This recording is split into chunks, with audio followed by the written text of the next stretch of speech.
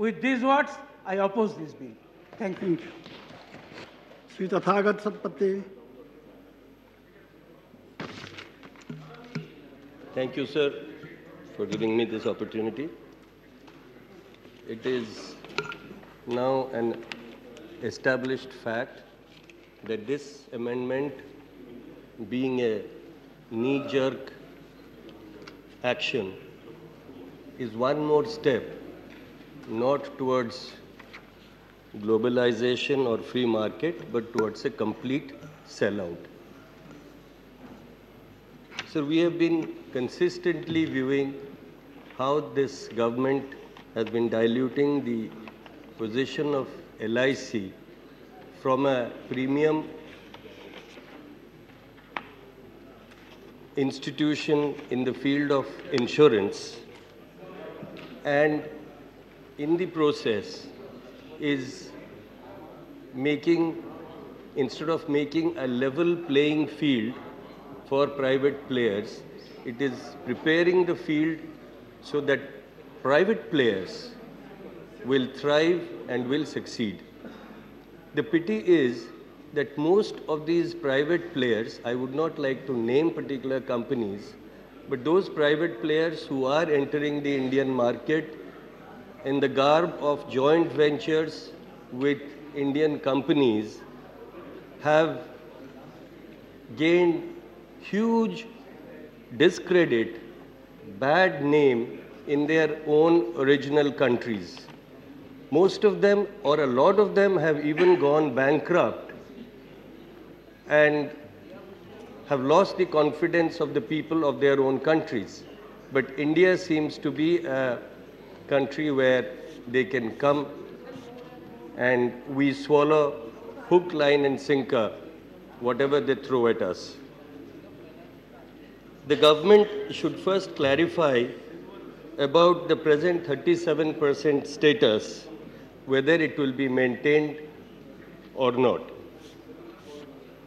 As of now, we find that insurance has been, in spite of this long period of time, even LIC has not been able to reach down to the common poor people as much as we would like it to do. Insurance has remained more or less for the rich, or at best for the middle class, upper middle class. The benefits of the huge reserves of LIC over the years has come to the government. This is probably, as far as I know, one of the few corporations, or probably the only corporation, which since its inception has not borrowed money from the government, but has consistently been paying the government for its development activities. I am also aware that LIC has been funding part of the 5-year plans, and earlier honorable members have mentioned this. So we cannot neglect the contribution that LIC has made. And in the same breath, when we see today the way the workforce is being downgraded, the way agents are being thrown out of the jobs, it definitely saddens everybody in this house that at this critical economic juncture through which this country is being forced to go through by this anti-people government, it is indeed sad that we throw people out on the streets and do not bother to bring about a participative style of management where employees, agents, and management of LIC could collaborate together to make it a vibrant and strong corporation once again that can contribute in the development of the nation.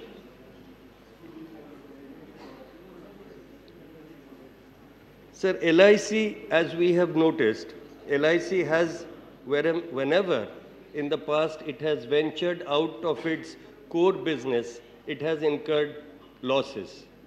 And this point has been highlighted over and over again, primarily because there is a deep-seated interest in the government that private players should occupy the space that will be deserted by LIC. And the faith, the belief in the LIC held by every Indian in every economic strata is amazing. But by these amendments, we are trying to break that very faith. And we are trying to create a situation where there will be disbelief in the minds of people as to what changes this government wants to bring in. If we see the recommendations of the Standing Committee on Finance in 2009 and 10, the committee has used very stern language and has criticized the move of the government. Sir, one little quote would be enough to understand. Quote, "We also find that there is a move to reduce the bonus to the policy holders by altering the distribution pattern of the surplus of the life insurance corporation. This, we feel, is very unfair to the policy holders." Sir, in a bhadra manner, in a very soft manner, this is a solid slap to the government, which I think they should not ignore, or they should not put it aside as being something of no consequence. This whole recommendation and given during the 15th Lok Sabha, this present Lok Sabha, is an eye-opener about the concerns of the Standing Committee on Finance about these amendments. Many speakers have mentioned earlier, I would like to suggest I would not be suggesting any amendments because I firmly believe that we oppose this amendment and we cannot possibly support this amendment. But in the process, I would like to suggest a few things that as recommended by the IRDA for tests concerning agents, these are being held in English. I would suggest that the Honorable Minister should consider. I am not suggesting an alternative of Hindi, but regional languages, even Rajasthani, should be utilized for testing agents and Oriya, of course. नहीं, पर हम तो दे रहे हैं ना. So we would suggest that regional language be. It is a pity that across the House, from the ruling coalition to the other coalition, everybody joins hands so surreptitiously and moves in unison when it is an anti-people policy or anti-people amendment. We must give kudos to all of you for doing it so smoothly in front of the whole nation, and none of us are capable of understanding the smartness and the intelligence. I must congratulate the Honorable Minister, and I would like that this should be done in the regional language, and I would also like that rogue companies who are coming in with private players who have gained badwill in their own countries should be averted. IRDA should be alerted to guard against such people functioning within India. And last point, sir, I would like the Honorable Minister to ensure that farm insurance, and along with farm insurance, small and medium enterprises where Indians are trying to stand up on their own feet and work on their own instead of looking for jobs should also come under an ambit of insurance, so that there is a safety net in case they fail in their enterprises. Just as private players are getting into farming insurance, we should have a setup whereby the government can also give a sovereign guarantee for farm losses and to the farmer. Thank you, sir. Shri S. Pate. Allotted time is, I think, 2 minutes. Sir, 2 minutes over, sir. I will give you 5 minutes. Thank you, sir. I'm grateful. Sir, today I wish to speak on the Cable Television Network Regulation Amendment Bill 2011, which first came to the notice of this nation through an ordinance, and now, as a later thing, we are bringing it as a bill. I do not know what was the staring hurry of the government to bring this ordinance. It seems like this government is desperate. They feel they may be out of power very soon, so they want to wrap up everything, dust out the shelves, and take everything out of the reach of the common man. A poor man in a village sets up a cable network with his own money, employs 6, 7, 10, 20 people, young boys and girls, to maintain that cable network. We are going to dehumanize them, illegalize them, and only allow big players. Okay, it can be said it will start in metros today, but eventually it will shrink down to the lowest level, to the village level.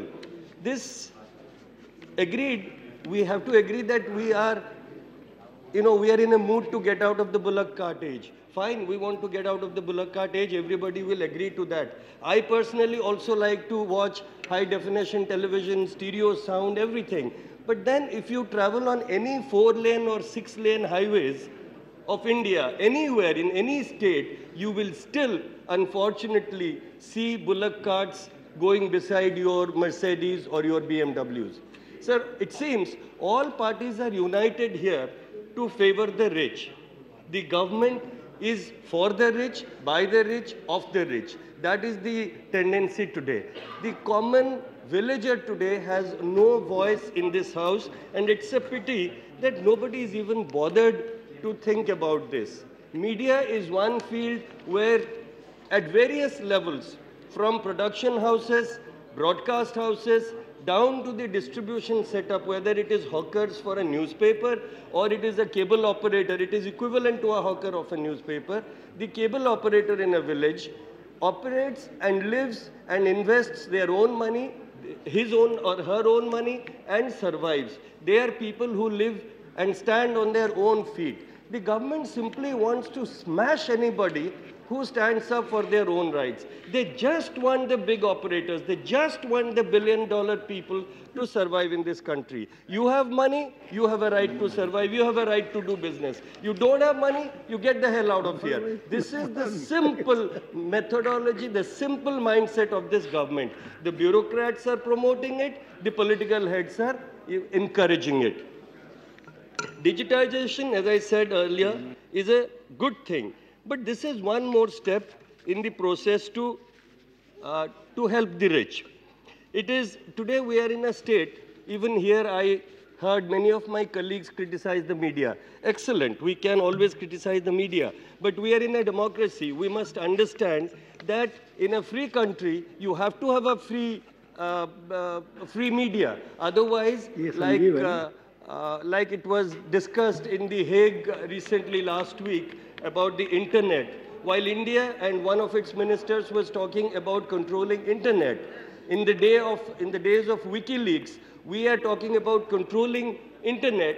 It was censor internet, like China has 300 cyber policemen constantly at their job, interfering and editing and blocking internet sites. We want to get into that mode. So do we want a People's Daily and a Pravda kind of a setup in India?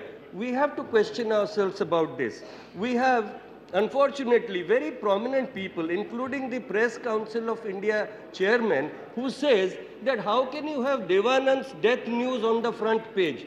I would like to know how many people in this country know Devanand and how many people in this country know that PCI chairman. So, sir, we are always attacking the media. There is a saying that beauty lies in the eyes of the beholder. In the same way, vulgarity also lies in the eyes of the beholder. If you want to watch vulgar channels, you should have the facility. But if you want to watch channels meant for children like CBBS. You see a channel like CBBS and you see Mr. Maker. Many children in this country are learning things from such channels. You see a program like Chhota Bheem. It inspires young kids to read books, to go back to reading books, not just be stuck with television. But we do not acknowledge this aspect. When our education system at the school level is completely disrupted, is completely failing, it is television and it is the print media which has come forward to at least bridge some of the gap. I am not saying they are educating, but they are at least trying to enlighten the media, the people. They are also doing a great service to the nation when they are warning us of impending things. Think about the 2G scam. Think about the CWG. Even colleagues from the right who should not be supporting this bill are in a tearing hurry to ensure that this bill goes ahead. But think of India without its free media, without multiplicity of channels and newspapers. What would have happened to your CWG, 2G and your Kamala incident or so many other incidents? So we have to appreciate the good things before we condemn the bad things. I would, today in the newspapers, we were reading... Please conclude. Sir, you said 5 minutes. I have been watching the clock, sir. I have also there watch. Sir, you have taken 6 minutes. Sir, you are going according to No, GMT. Sir, you are going according to GMT. I am going according to Indian Standard Time, sir. Please. With due respect, sir. Sir, I will wind up, sir. What I am trying to say, sir, let us not... Sir, this is interruption. My time may not be deducted. Please. Please go on. Sir, in this bill, I'll give you one little example, sir. In page 4, 6, it says, the cable operator shall not require any subscriber to have a receiver set of a particular type to receive signals of cable television network, provided that the subscriber shall use a digital addressable system to be attached to his receiver set for receiving programs transmitted on any channel. So, sir, in your constituency, in villages of your constituency, how many people can afford such boxes? If not today, we may not be MPs tomorrow, but we will be cursing our every little move. So, sir, I personally feel that this is a bill which should rightfully be opposed. Why did the government come up with an ordinance? There is an ulterior motive of the government for coming up with such a bill, first as an ordinance, now to legalize it as a bill, and we should all oppose this, not support it. We should prove it that we are for the people.